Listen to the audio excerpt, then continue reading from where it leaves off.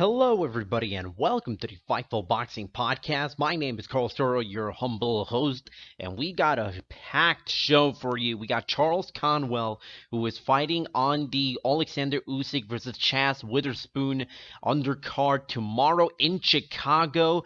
The interview that I recorded with Charles Conwell took place before the change in the main event, and we will certainly get into it much later today when we break down the entire card.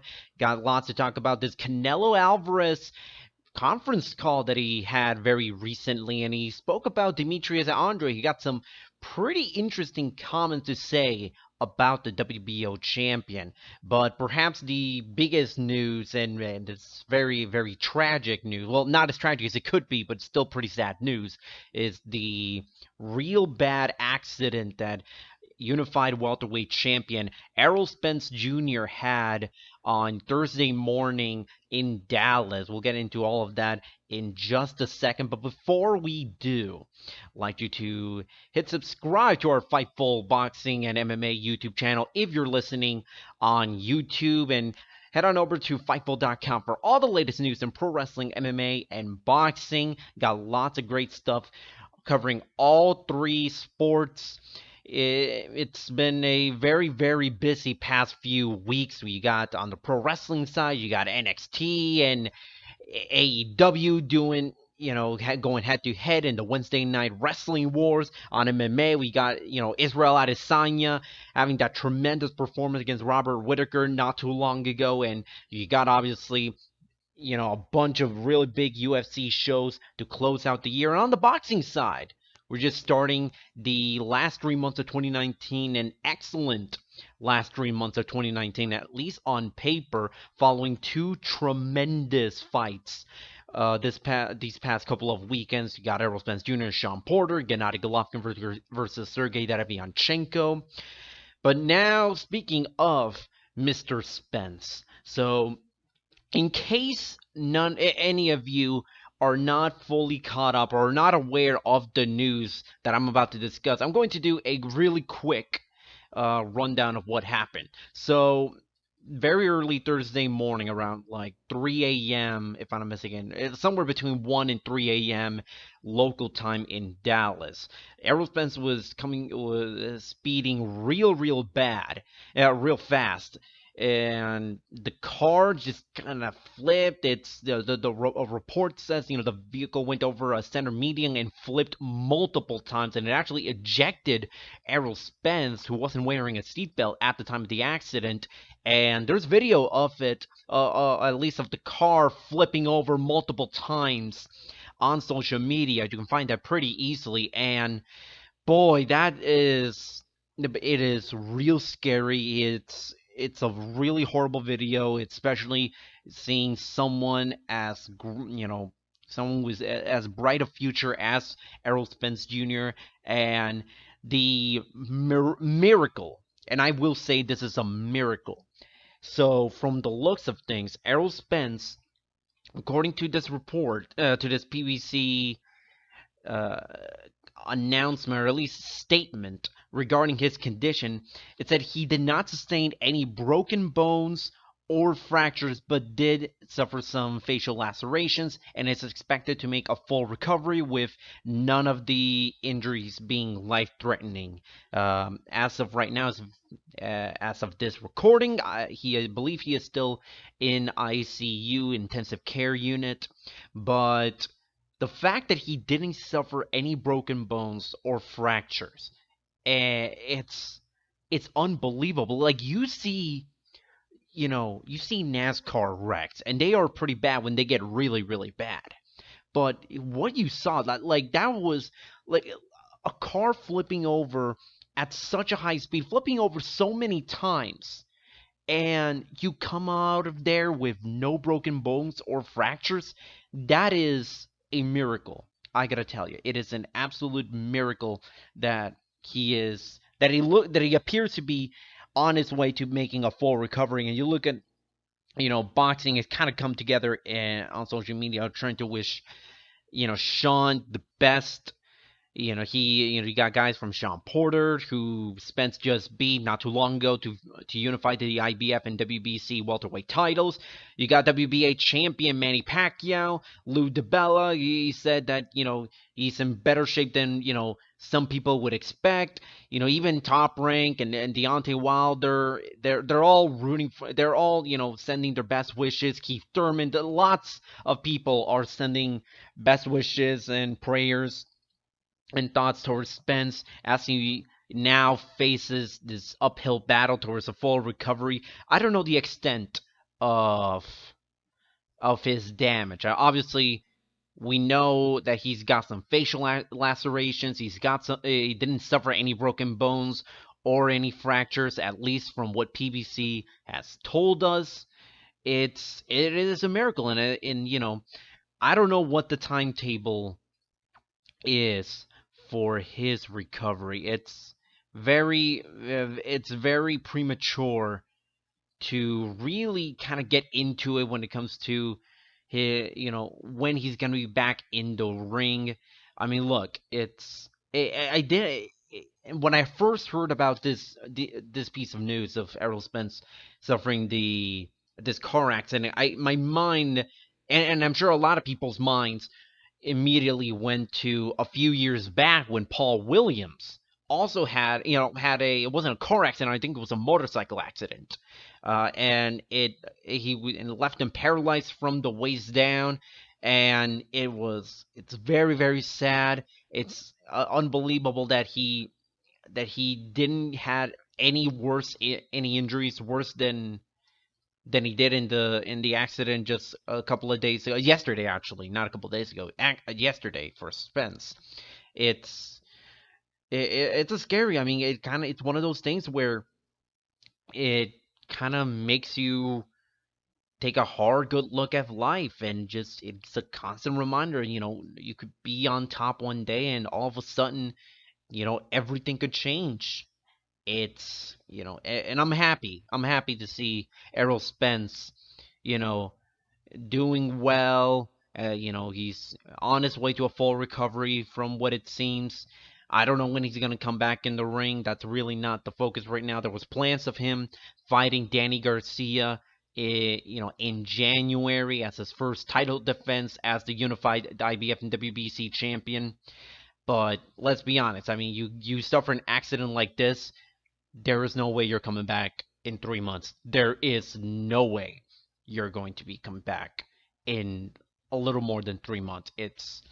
It's way too much to ask of him, and I don't expect Errol Spence to be in the ring for a very long time. Not necessarily like not until 2021, but there's the focus right now is making sure he's 100% both physically and mentally and emotionally.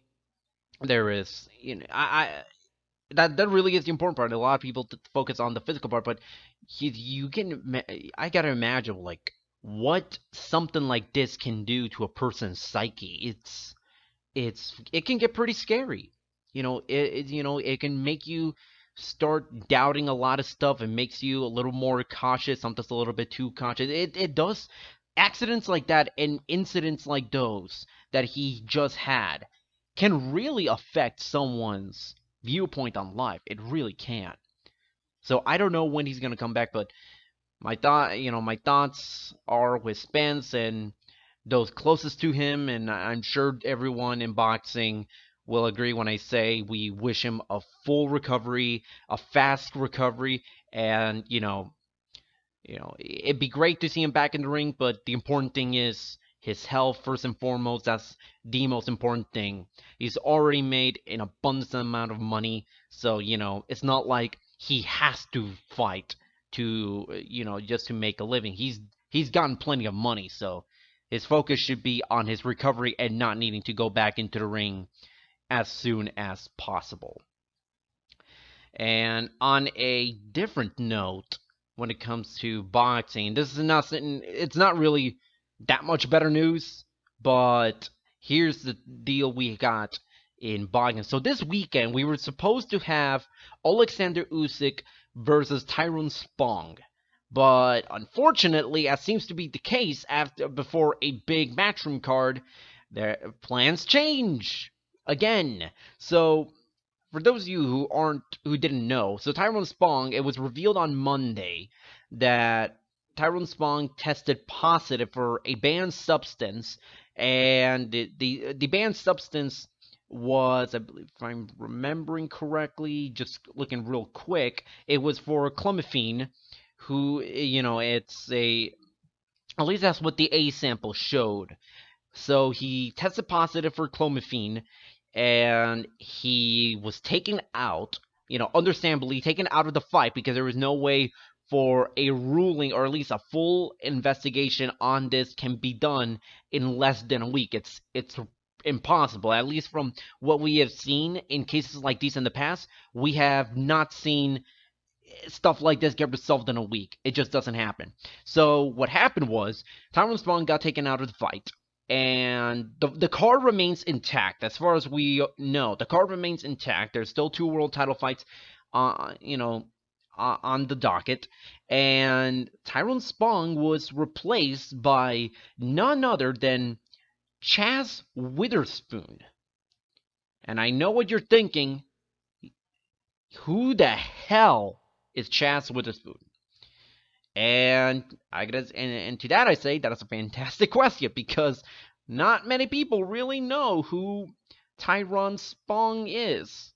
I mean, not Tyrone Spong, Chaz Witherspoon. Well, Chaz Witherspoon is. So Witherspoon, just a real quick rundown. He's 38 years old, has been fighting all the way back since 2004. Never really got into a position where he would challenge for a world title. Never been really a top contender. He started his career undefeated from 2004 to like early summer of 2008. He fought Chris Arreola, and then he lost by DQ, and then really hasn't fought anyone of note outside of maybe Tony Thompson not that long ago, and Tony Thompson beat him. So there's really not a whole lot that you can say about Chaz Witherspoon. 38 and 3, that's his record. So, it's a very good record, but he hasn't really faced anyone of note. I mean, you look at his last 3 opponents, Santander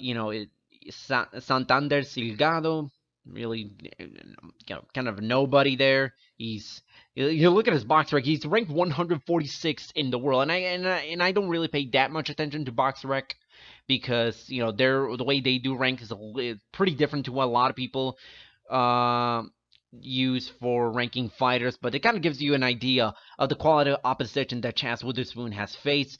Before that, he was facing guys who didn't even have a winning record at the time of the fight. He only fought twice since October 2016. So he's only fought twice in the last 3 years. That doesn't really give me a lot of hope as far as his chances of beating a guy who less than a year ago was the undisputed cruiserweight champion of the world. I'm looking at this and thought, boy, he is gonna get slaughtered, because I mean, you got stopped by Tony Thompson, who at the time was almost 40. He got dropped by Seth Mitchell, who hasn't done much in his career as well. So you look at this and you're kind of thinking to yourself, why there is no point in kind of watching this. But let's remember, Tyrone Spong wasn't really a guy that was getting a whole lot of love from a lot of people as well. So let's be honest, this was not a fight for Usyk wasn't a tough fight for Alexander Usyk to begin with. The purpose of this event was for Alexander Usyk to get his feet wet in the heavyweight division. And, with the top guys and, guys like Tyson Fury, Anthony Joshua, Andy Ruiz, Deontay Wilder, that they're all preoccupied with their things. And Alexander Usyk, he's got time on his side. He doesn't have to gun for the heavyweight title right now. He's already the mandatory challenger for the WBO title. So he's going to, at some point in time, he's going to get his shot at a heavyweight title. It's just a matter of getting him acclimated into the heavyweight division, getting his feet wet, building up his profile a little more just to make fights against those champions even bigger. Although, let's be honest, Alexander Usyk is already a big star, at least in Europe and in the UK. The guy, his record is, speaks for itself. The names that he has faced, not just that he's beaten, but that he's beaten on his opponent's backyard. You look at, Michael Hunter, beat him in his own backyard. Marco Huck, beat him in his backyard. Mairis Briedis, beat him in his backyard. Murat Gassiev, beat him in his backyard. Tony Bellew, in his last fight last November, beat him in his backyard. So this is a guy, Alexander Usyk, who I think has a very strong case to be the greatest cruiserweight of all time. And already today, I think in my opinion, he's already one of the best heavyweights in the world as far as skill set. I know it's kind of, disingenuous to some to say that he's one of the best heavyweights in the world when he hasn't fought as a heavyweight at all. So, but the way I look at Usyk, and sometimes the way I look at guys when they make the move up in weight, and I sort of rank them, I look at it as, how do I view them as far as skill set wise, faring against those, against those fighters in the new weight class. And I'm looking at Alexander Usyk, and he is not a big guy. You think, 6'3", he's got to be a pretty big guy, but let's remember, we are living in an era where the top heavyweights are all really big guys. Deontay Wilder, Tyson Fury, Anthony Joshua, all really, really tall, really, really big guys. They're not necessarily, 280 pounds big, but they are, from a size standpoint, they are pretty big. Their frames are massive. They're very strong punchers.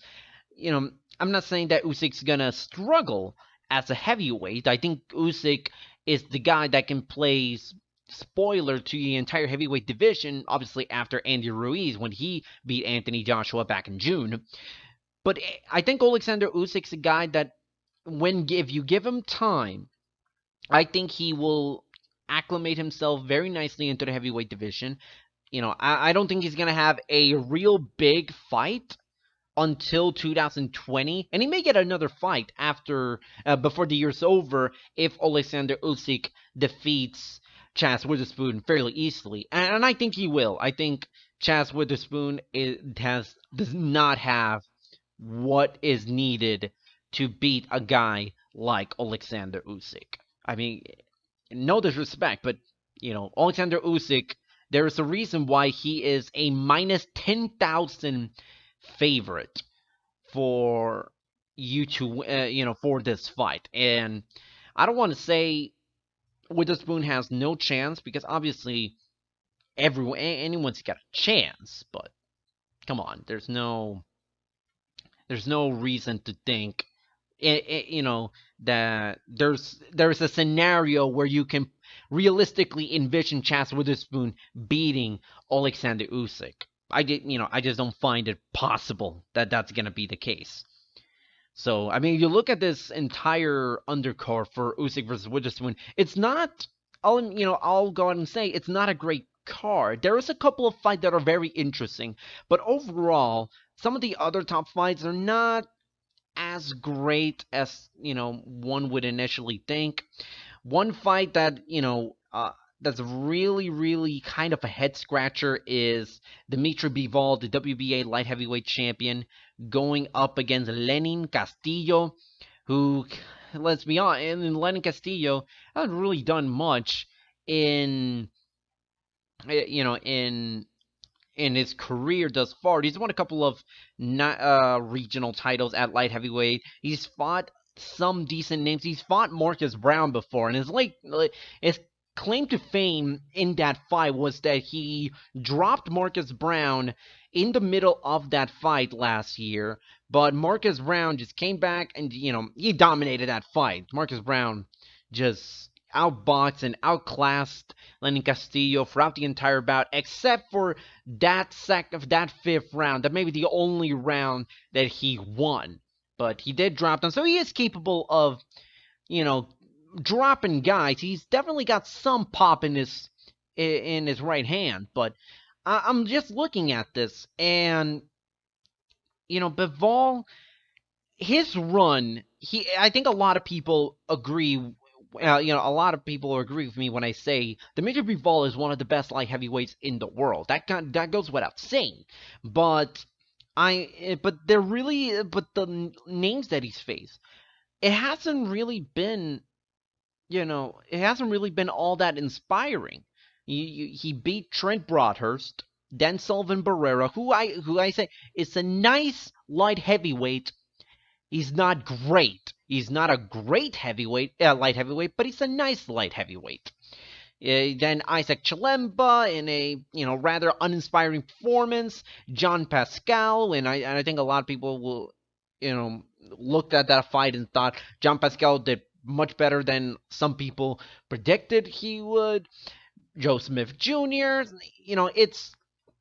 It's not a murderous row of guys that Demetrius Bivol has faced.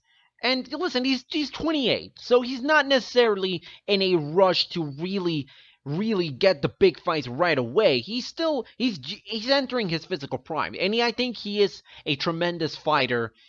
But let's be honest, when you look at the names that he's faced, it's not that great. It's not necessarily one that a lot of people will think to themselves and say, this is what a top champion should have on his resume. I think Demetrius Bivol is going to win. Is he going to win comfortably? I don't think he's going to be winning by knockouts. He hasn't really shown the power that he had in those fights against Sullivan Barrera and Trent Broadhurst and Cedric Agnew. He hasn't really shown that level of strength in his last few fights. But, Lenny Castillo, he may surprise us and hurt Demetrius Bivol. But aside from that, I really don't see Demetrius Bivol winning this fight. But other than that, we got Jessica McCaskill versus Erika Farias for the unified WBC, WBA junior welterweight titles. And, those two have fought a year ago, almost to this day. It's, 370 days as of this recording. Those two fought in that very same venue at the Wintrust Arena in Chicago, where they're going to be fighting again. And those two, they're going to be fighting this time for 2 world titles instead of 1. But McCaskill won. I didn't think it was that close of a fight where you would need a rematch. But you look at that junior welterweight division, it's not that big, it's not that deep, and you got Christina Linardato. She's gonna be she's fighting Katie Taylor, so she's not available to fight. Ana Esther Sanchez just lost to Jessica McCaskill, so that's no good there. You got Victoria Noel Bustos. So I don't know. She hasn't fought since December, so I don't know what the status of hers. I don't know why that fight couldn't get made. It's there's a lot of solid names at 140, but they're either MIA or they're just not really, or they're just busy with fights. So I think it'll be a nice fight. I don't think it's going to be anything too spectacular. I think McCaskill is a tremendous fighter at 140 pounds. I think she is arguably the best junior welterweight in the world. We'll see what happens when Christina Linardato and Katie Taylor fight in a few weeks. But as of right now, if you ask me, I think McCaskill is the best 140-pound boxer in the world. Other fights on this undercard: Anthony Sims Jr. He's going to be fighting Morgan Fitch. Another stay busy fight for Anthony Sims Jr. He's going to keep getting more experience. Going to be fighting really good, not great opposition, but decent opposition. And, Anthony Sims Jr., he's a guy, another light heavyweight, super middleweight, who's going to be fighting, who is refighting pretty well, but I think at this point he's still a prospect. He's only 24, and he keeps saying that he's gonna be getting a title shot soon, or he's definitely gonna be a contender. He's a contender right now. I don't see it. I don't think that. I'm not saying that. I'm not saying that Anthony Sims Jr. can't be a contender right in the future, but I don't see Anthony Sims Jr. right now beating a top super middleweight or a top light heavyweight right now. I think he's still got plenty of room to grow. There were some things I liked in that fight against Vaughn Alexander back in April, but ultimately I was kind of disappointed that he didn't stop him, especially when he cut Alexander. I think it was like third, fourth round of that fight. So Sims, he's a nice prospect at this point, but there's still lots to work with him. I think he's not gonna sniff a title shot, next year. I think he's probably gonna get one at the earliest in 2021. But it'll be a nice fight. He's going to get highlighted by DAZN a lot as this, promising prospect to watch out for. So, and he's probably going to win this fight, inside the distance. I think he's going to come in and start real fast and really show that he can be a great knockout artist and not really. Yeah, I don't think he wants to go the distance like he did against Vaughn Alexander. I think for his stock and for his profile, I think he needs a knockout win to really elevate himself into that contendership status. TJ Doheny announced not that long ago he's going to be fighting on this undercard. We haven't seen TJ Doheny since that excellent fight against Danny Roman back in April. It was, and I'd recommend you go out and watch this fight, because I thought that fight between TJ Doheny and Danny Roman was one of the best of the year up to that point. It's not exactly the best fight of 2019, as we've seen plenty of fights that I think are better. But this is a well worth a watch. And TJ Doheny, I think he's still a top 10 super bantamweight right now. I just don't know if he, with the way the division's been shaping up, I don't know if he's going to be sniffing a title shot anytime soon. That isn't a rematch against Danny Roman, and Danny's injured, and he's got mandatories from both the IBF and the WBA, so he's not going to be getting a rematch anytime soon. But the one fight I'm very, very interested in, and it involves one of the fighters that you're going to hear in just a second. Charles Conwell versus Patrick Day for the USBA Junior Middleweight Championship. So Conwell, for those of you who don't know, he's unbeaten, 10-0. He's coming off of the win against Courtney Pennington on the undercard of Gennady Golovkin versus Steve Rolls back in June. I liked a lot what I saw in that fight. Kind of disappointed he didn't get the knockout, but he did look really, really well. He's on his way to being a potential contender at 154 pounds. He fought in the Olympics back in 2016, and he is my special guest on the Fightful Boxing podcast. And without further ado, here's my interview with Charles Conwell. And again, and I said this at the start of the show, but better for repeating, I did this interview before the change in the main event. I believe I interviewed him a couple of weeks ago. We spoke about this coming fight, how he got into the Triple G versus Steve Rolls undercard, his future fighting on the Olympics, and a whole bunch of other stuff, how he got his start in boxing. Lots of great stuff in that interview. So without further ado, here's Charles Conwell. Back here on the Fightful Boxing podcast is a very special guest, a undefeated junior middleweight prospect, Charles Conwell, the IBF USBA champion, who you may remember his fight against Courtney Pennington on the Triple G Steve Rolls undercard back in June. He's fighting on October 12th against Patrick Day on the undercard of the Alexander Usyk versus Tyrone Spong fight. Charles, how are you doing? I'm doing great, man. Feeling good. Ready for me to get this fight over with. Go on to the next W. So how is camp coming along for you? We're only, less than 3 weeks away from the fight, at least from this recording. I noticed that you were sparring with the guys like Tony Harrison and Jaron Ennis, who I think has massive potential. How has training camp been going for you in this camp? Like you said, we were sparring great guys, a great contender, and a great world champ. So we was just going around getting the best work so we can be prepared, the best we can be. And we just steady going around working and learning on things that we need to do in this fight and just in general.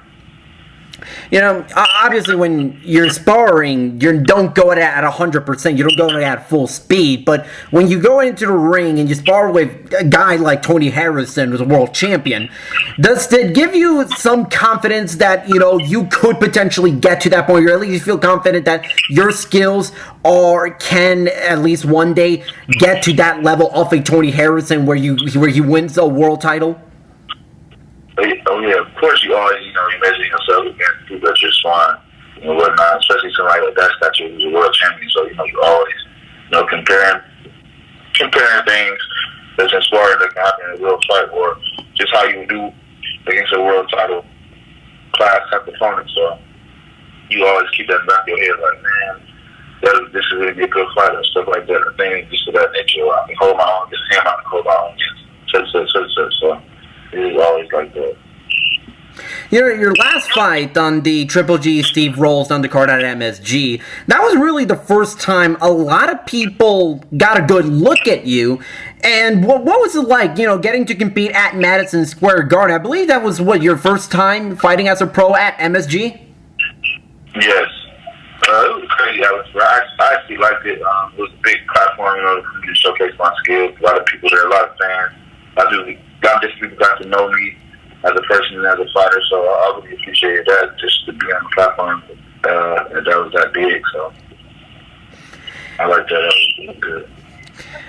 I remember, looking back on your Twitter, I think it was early May, late April, and you tweeted at Gennady Golovkin to add you onto that show. What was it? Was that really how you got onto the card, just tweeting at Golovkin, or at least the Golovkin's Twitter account, and the right people, and it's just one thing led to another, it got you that opportunity to fight on that show?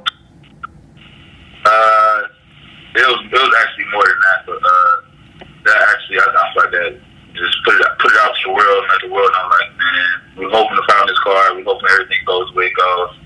And actually did. So we were already planning to be on it, but that extra push of just speaking out to the world, I think it actually helped us actually in the card. It's funny because, we look at, obviously, as some people may think that, social media doesn't have much of a factor when it comes to making fights. But I mean, you said it yourself, you put that tweet out there, kind of put it out into the world that, you want to be on this card.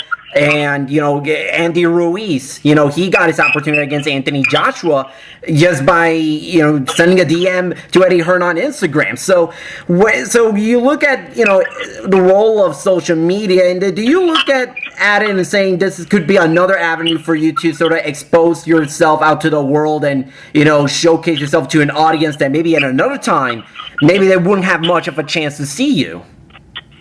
Oh yeah, definitely, of course, man. That's what I'm trying to stay more active on Instagram and Twitter and things like that, so people can get to know me and get to see my face and get to hear me and get to hear my story and different things like that. So I'm trying to stay more active on social media, especially while I'm in training camp, just to get people used to me and hearing my voice and seeing my face.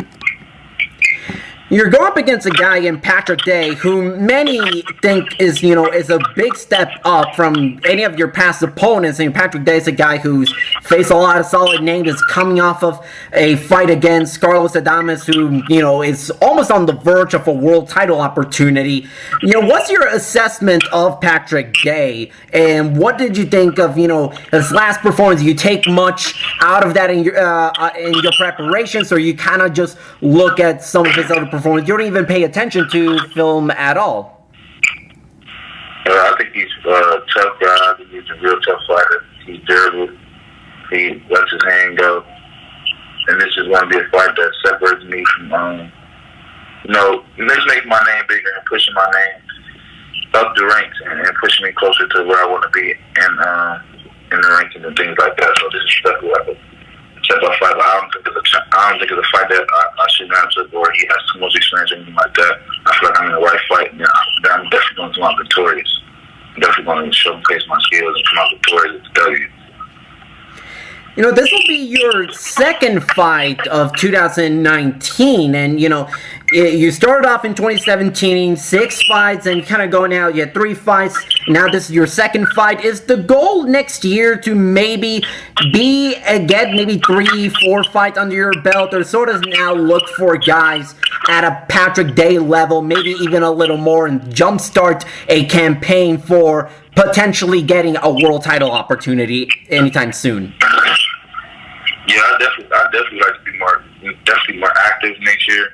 I would definitely like to be more active and stay consistent throughout the year with the fights. A lot of people don't know my hand was broken too, so that's why my fight slowed down too as well. My hand was broke for a period of time. That slowed me down, but I would definitely like to get more active and fight on mainstream cards. Will give me more exposure. And just keep fighting guys, give me more experience, and keep, like you said, inch my way towards that world title status. You know, 154-pound division is, you know, I think it's very loaded, not just at the top, but even, you know, just a couple levels down below when you got guys, as I mentioned, like Carlos Adames, who's, you know, as I mentioned, is on the verge of world title fight. You got guys like Tony Harrison, Jaime Munguia, Jerry Hurd, Eddie Lara. I could go on and on about the guys in that division that are extremely solid, including yourself, who's really starting to come up as a solid prospect. Where do you think, you know, when do you think that you're going to get maybe those kinds of level fight against maybe top 10 guys at 154 pounds? Do you look at it say maybe 2020 could be the year, or do you look at it maybe as a wait and see approach and see how this next fight happens and you're just going to take it one day at a time? I'm just going to keep taking the fights as they come, man. Just gaining more experience. I would love those type of fights. Of course, I would love those type of fights to get me closer up in the ranking and stuff like that. But I'm just taking the fights as they come. I'm not doing none of that. I'm just waiting my turn, taking the fights as they come. And as people are bringing them, I'm not like the first to go on the internet and just say, "Oh yeah, I want to fight him." I'm just the type of person who just says I can wait the time. I know when it's my time, I want to make sure I'm going to be ready and staying ready. Like I want you at that type of level. Ain't no going back. Ain't no easy fights anymore. It's all uphill. It's all big fights, big names. So whenever it comes, I know I'll be ready. You know, obviously you were part of that, 2016 Olympic team that was, absolutely stacked. You got Clarissa Shields, you got Nico Hernandez, Shakur Stevenson, yourself included. And some of those names are already either world champions like Clarissa or on the verge of fighting for a world title like Shakur Stevenson. When you look at, those names and you look at yourself, do you kind of think to yourself, I am just as good as any of those guys, and I know there's going to be a time where I'm going to be at their level, not just fighting for a world title, but being at that level in terms of being a boxing star. Do you kind of look at those names and kind of see compare careers that you guys competed at the Olympics? Of course, seeing those guys fighting for world titles and things like that, and for being undisputed champion and moving up and down weight classes and things like that, that definitely gives me motivation. It's like, and you just move with these people. Now they fight for world titles. You just roommating with them, just talking to them, and now they fight for world titles. They're doing their thing. Of course, you're like, man, give me about a year, or give me about 6 months, or give me about however much time it takes, and I'll be right there with them. And you all back at the top again, and we can get at the top. So that's definitely one of the things I look at. And I like to see that give me motivation, push me to go harder, and push me to take, the steps to I can become a world champion. Just kind of curious, where did your love of boxing start? What led to you deciding, I want to lace up those the gloves and be a fighter professionally?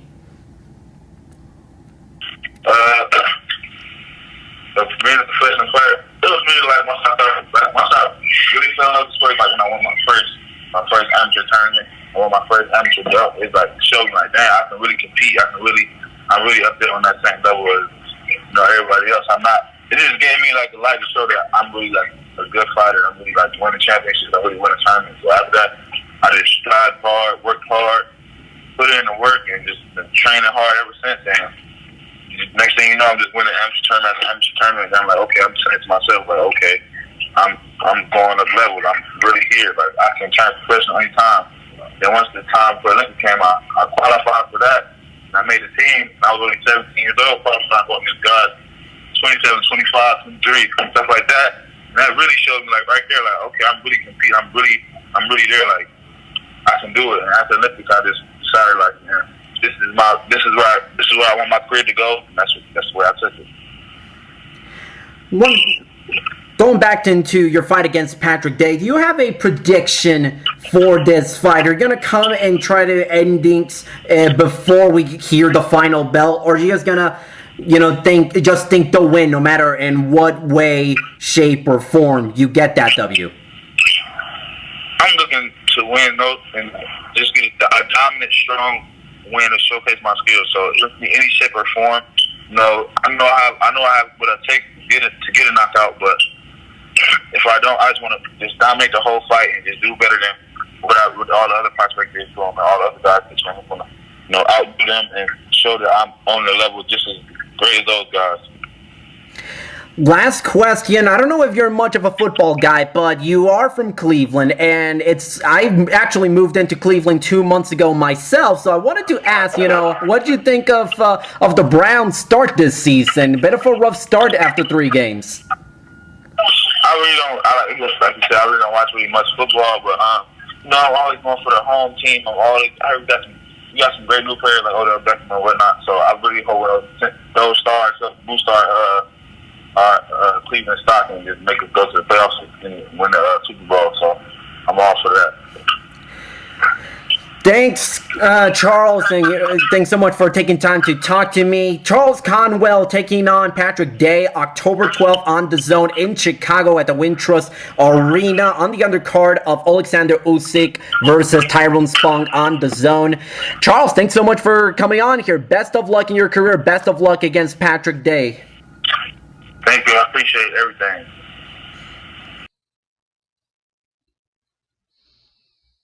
And that was my interview with Charles Conwell, the USBA junior middleweight champion. Great stuff from Charles Conwell. I really like Charles. I think he's got a bright future at junior middleweight. He's still got some growing to do. He's only 21.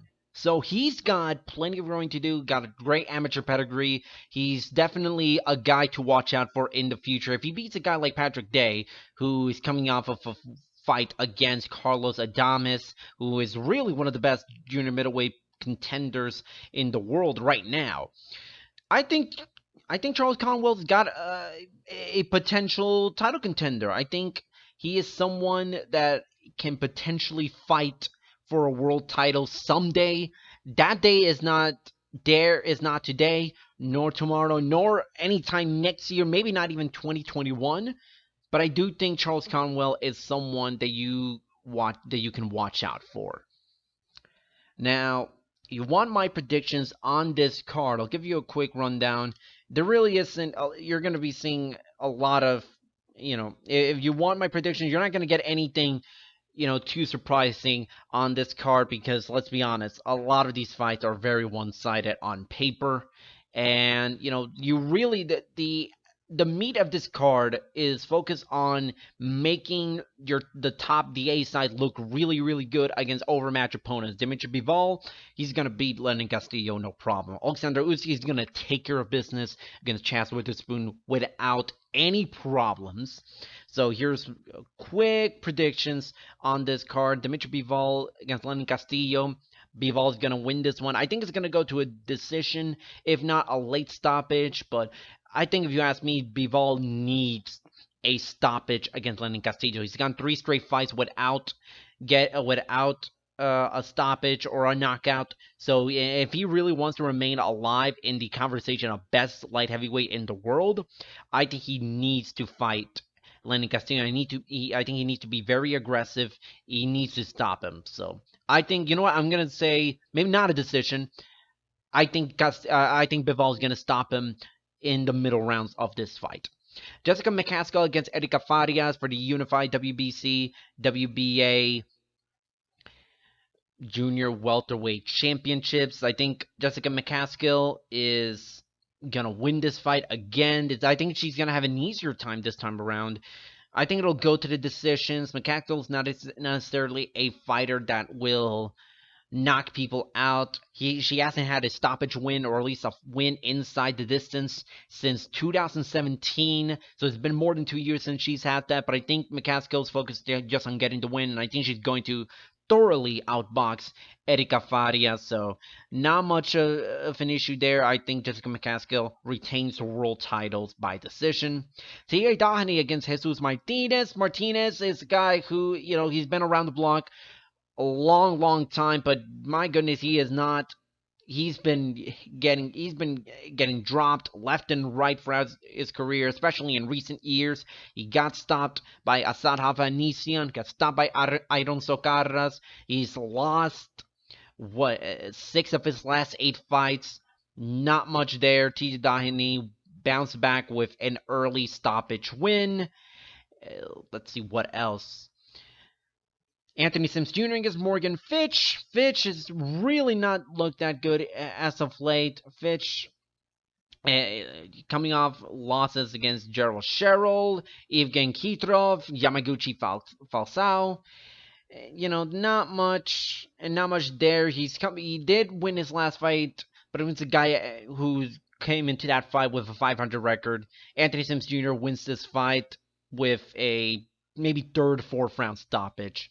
Otto Jones III, the promising prospect from Toledo, Ohio, who, if you all remember, had that really tough pro debut against Georgi Galashvili. I think he's looked good. I like Otto Jones III. He's not a guy that will knock the socks off of anyone. He's being matched up pretty well starting out his pro career, and I really don't think that it's gonna change. I think this fight's gonna go into a decision. Otto Jones III has not really shown me that that knockout power, that killer knockout streak, but he's only 19. He doesn't have to worry about that right now. He's got plenty of years. He's not done growing. He's not. So he's going to keep developing. You're going to see that power develop as his career progresses. I'd say Otto Jones III wins this one by decision. And lastly, Charles Conwell against Patrick Day. I like this fight a lot. I think this is a great step-up fight for Charles Conwell. Patrick Day is coming off of the loss to Carlos Adames, and Adames thoroughly beat Patrick Day. I think this fight is a perfect crossroads fight for Patrick Day. He's a guy that's looking to bounce back, but he's going up against a promising prospect such as Charles Conwell. I think Conwell would like to stop Patrick Day. I just don't think that's going to be the case. If Patrick Day couldn't get stopped by someone as viciously strong as Carlos Adames, I just don't see Charles Conwell doing the same. I think this fight is going to go into a decision. I think it's going to be close, but I think Charles Conwell comes out on top and retains his USBA junior middleweight title. And I really like this fight. I think this fight might end up being the best of the bunch, and I'm so grateful for Charles Conwell to come onto the show and talk about the fight, and amongst a number of different topics.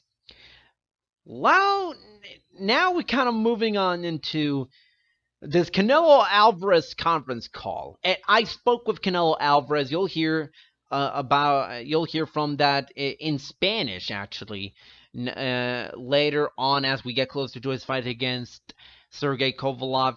There is not much, I'll talk more about that fight as we approach November 2nd, but one really interesting tidbit about this conference call was that he was asked about, and it's funny, it was a guy, I don't remember off the top of my head his publication. I don't want to say it because I don't want to misquote someone, but basically, it's funny, it started off by asking, Demetrius Andrade, he's certainly a challenge, he's certainly a threat to you. What do you and I'm paraphrasing it, but what do you say about a potential fight against him? And Canelo Alvarez just flat out said, "What? Demetrius Andrade? No, he's not a challenge.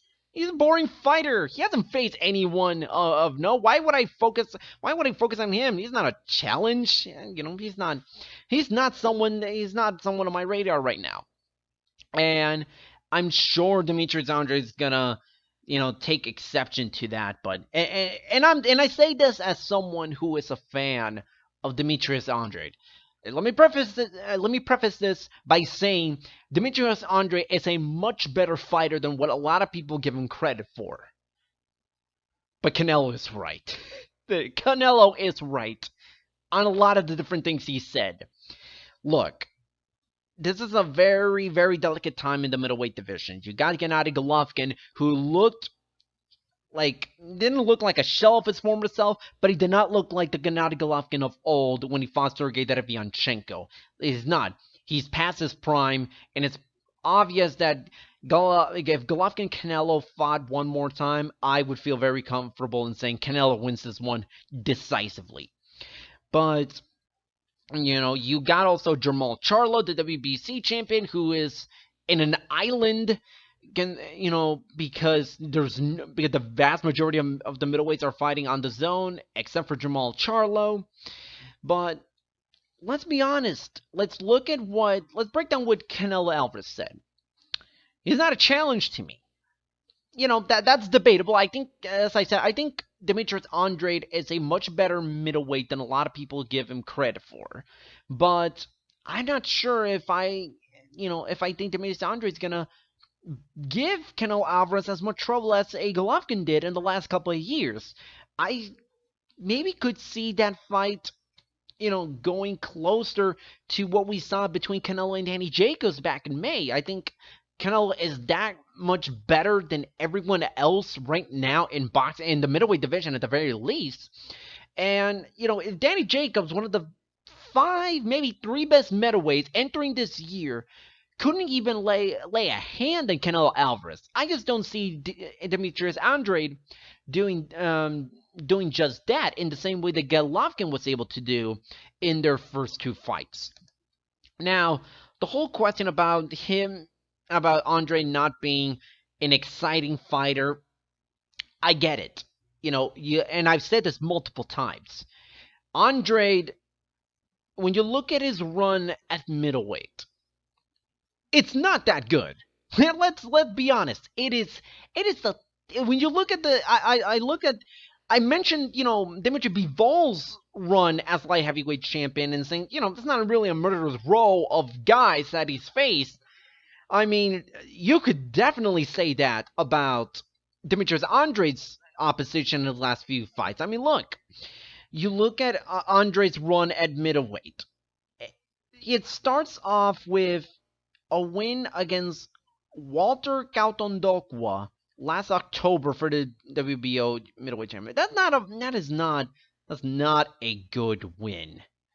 That's not like something you're proud of saying that on your resume. That's one of your defining victories. But I will give Andrade a pass on this one because he was supposed to face Billy Joe Saunders, but then Saunders failed the drug test, and so that fight wasn't able to be made, and had to scrap. And because for the vacant title, WBO ordered it was a fight against the top one of the best available top-ranked contenders from the WBO rankings, and that became Walter Cautondogwa.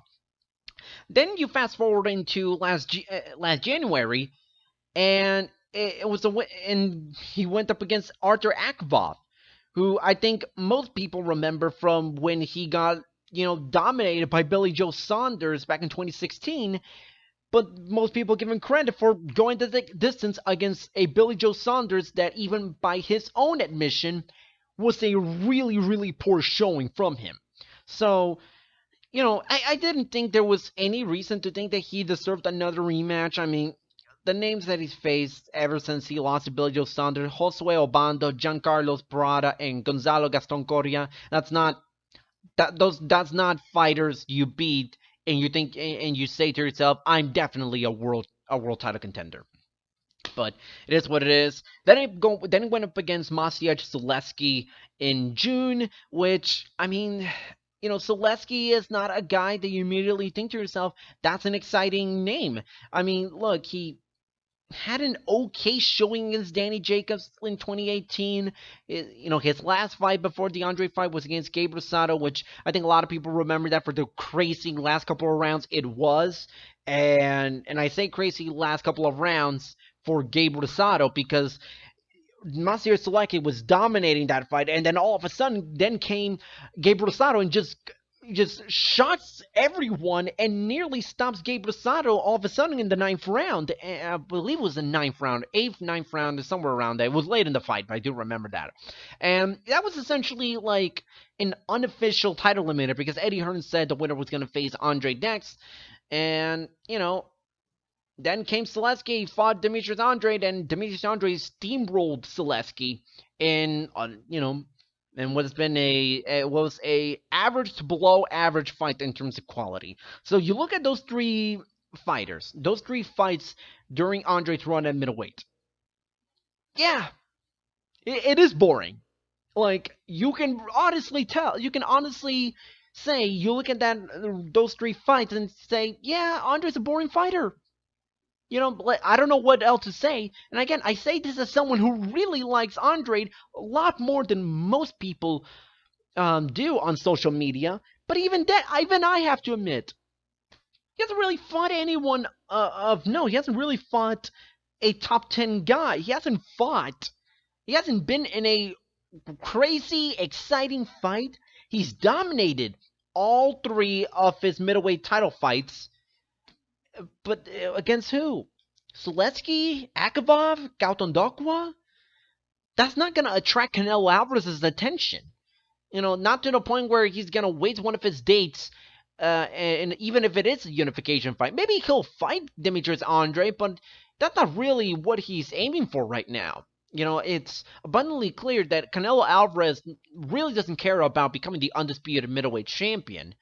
It became abundantly clear when he was named the WBC franchise champion, and it was really funny when the conference call started and Oscar De La Hoya called Canelo Alvarez the franchise champion, because I'm gonna be honest with you, I almost completely forgot about that. I almost forgot about the whole franchise title situation, but Alvarez just wants to get big fights and make history. And that's exactly what this fight against Sergey Kovalev is going to be. It's a big fight for him. It's a big challenge. It's something that we haven't really seen guys attempt to do and succeed, which is go up 2 weight classes and win a world title. Funny enough, Canelo Alvarez was on the other side of that when Amir Khan went from welterweight to middleweight, and Canelo Alvarez just dominated him. So, and we've seen guys move up 2 weight classes and fail in winning a world title, but I think Canelo Alvarez is different. I think Canelo Alvarez is going to be a much better fighter, going to be a very, very good fighter at light heavyweight. I think he saw the blueprint in beating Sergey Kovalev in the fight against Anthony Yarde, and I think Canelo Alvarez is going to win this fight. I don't know if he's going to stop him, but I think he's going to win. That much is clear to me. I think Canelo Alvarez is going to win this fight. But we'll discuss that fight much later down the line, much later in the month, before we get in, before November the 2nd. So that about wraps it up for this edition of the Fightful Boxing Podcast. Thank you so much to Charles Conwell, my guest for this episode, to talk to me. Best of luck to him on his fight on October the 12th against Patrick Day for the USBA junior middleweight title. If you're listening on YouTube, subscribe to our Fightful MMA and YouTube, Fightful MMA and Boxing YouTube channel. We almost forgot the boxing part of it. Head on over to Fightful.com for all the latest news in pro wrestling, MMA, and boxing. If you're listening on iTunes, subscribe to our iTunes iTunes profile, whatever you want to call it. I don't really know all too much about the iTunes thing, but if you're on iTunes, feel free to leave us your feedback. That really helps us a lot. So, but without further ado, this has been the Fightful Boxing Podcast. I'm Carlos Toro, signing out.